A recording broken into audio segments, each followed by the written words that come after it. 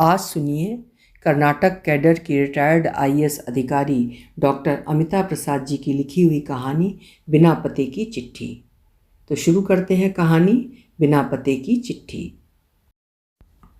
मेरे घर के आगे एक छोटा बगीचा है जिसमें मैंने नारियल, नींबू, अमरूद, चंपा, रात रानी और आम के पेड़ लगा रखे हैं। छोटी क्यारियों में गेंदा, चमेली, उड़हुल के फूल हैं। उड़हुल के भी कितने रंग हैं ना। जब छोटी थी तब केवल लाल या गुलाबी रंग के उड़हुल के फूल हुआ करते थे।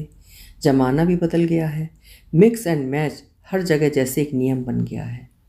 सुबह अपने कमरे की खिड़की से निहारा अपने उन पौधों को और पेड़ों को भी। हर पौधे के साथ एक कहानी जुड़ी है। नारियल का पौधा मैं मद्रास से लाई थी। आम का पौधा देहरादून जाते हुए रास्ते में खरीदा था। अमरूद का पौधा साथ वाली नर्सरी से लाई थी और नींबू का पौधा मेरी पड़ोसिन सहेली ने दिया था।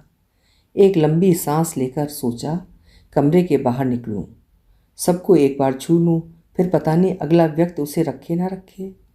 हल्की ठंड थी, सेहरन थी तो काली शॉल लपेट कर बाहर निकली। हल्की गुलाबी ठंड हो गई है। नींबू के छोटे छोटे फल निकल आए हैं। आम का पेड़ भी कितना ऊंचा और गदराया हुआ हो गया है।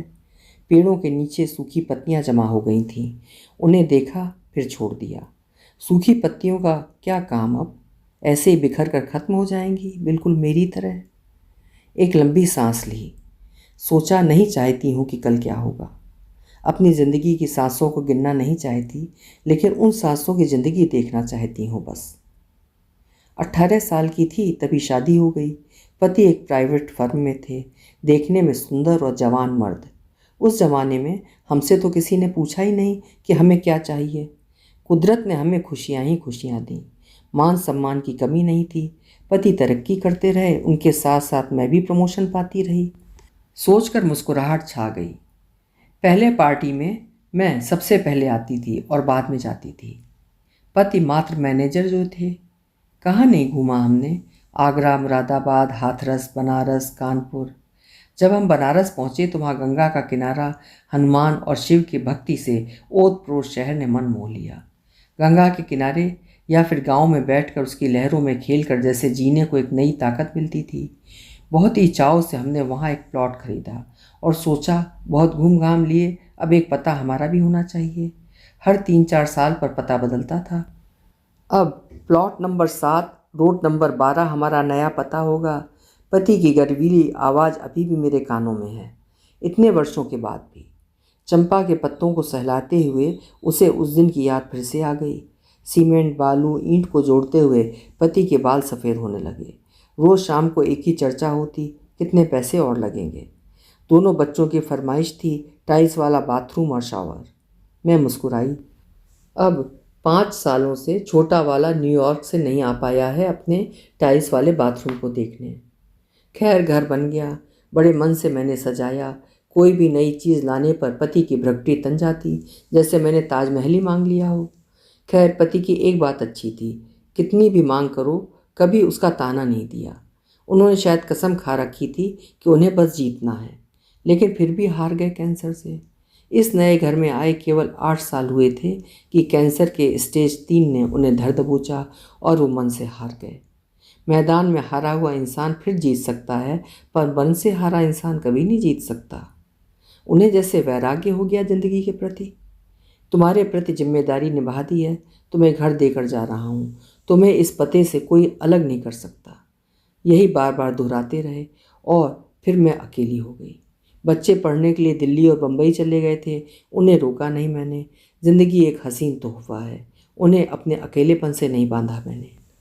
सच कहूँ तो प्लॉट नंबर 7 और रोड नंबर 12 मेरी पहचान हो गई थी। मैंने थोड़ा बहुत लेडीज़ क्लब में आना जाना शुरू किया।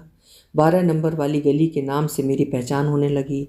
वहाँ की गतिविधियाँ थीं तो बहुत हल्के स्तर की, लेकिन मैंने पौधे लगाने के कार्यक्रम को अपना लिया।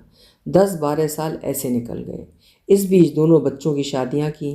ज़िंदगी बदलने में समय लगेगा, यही सोचती थी मैं। क्या मालूम था कि आने वाला समय ज़िंदगी बदल देगा।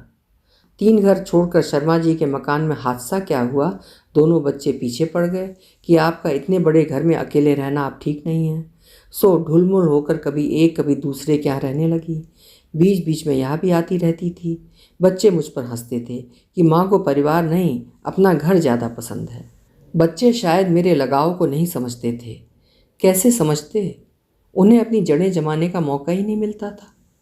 नौकरी और घर बदलने में माहिर थे दोनों, कभी दिल्ली, कभी पूना, कभी बेंगलोर।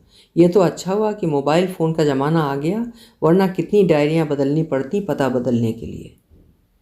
अभी पिछले 4 महीने से यहाँ रह रही हूँ। अपना घर, अपना पता, अपनी पहचान। पौधों के कारण मुझे कभी अकेलापन लगा ही नहीं। पौधे ही शायद मेरे बच्चे हो गए। आम, अमरूद, नारियल, सुपारी के पेड़ों की देखभाल में मुझे लगा ही नहीं कि इतना समय बीत गया। पति को गए 22 साल गुजर गए थे। मुझे समय का ज्ञान शायद नहीं रहा, तभी तो डूबते सूरज को भी उगता मान लिया। मुझे लगा मेरे बच्चे बाकी बच्चों से अलग हैं, मेरी भावनाओं को समझते हैं, मुझे अपनी ज़मीन से अलग नहीं करेंगे। मैं गलत तो नहीं थी, पर अपनी सुविधा को अपना सुख मान बैठी थी। इस घर में मुझे रोक टोक वाला कोई नहीं था, अपनी मन मर्जी।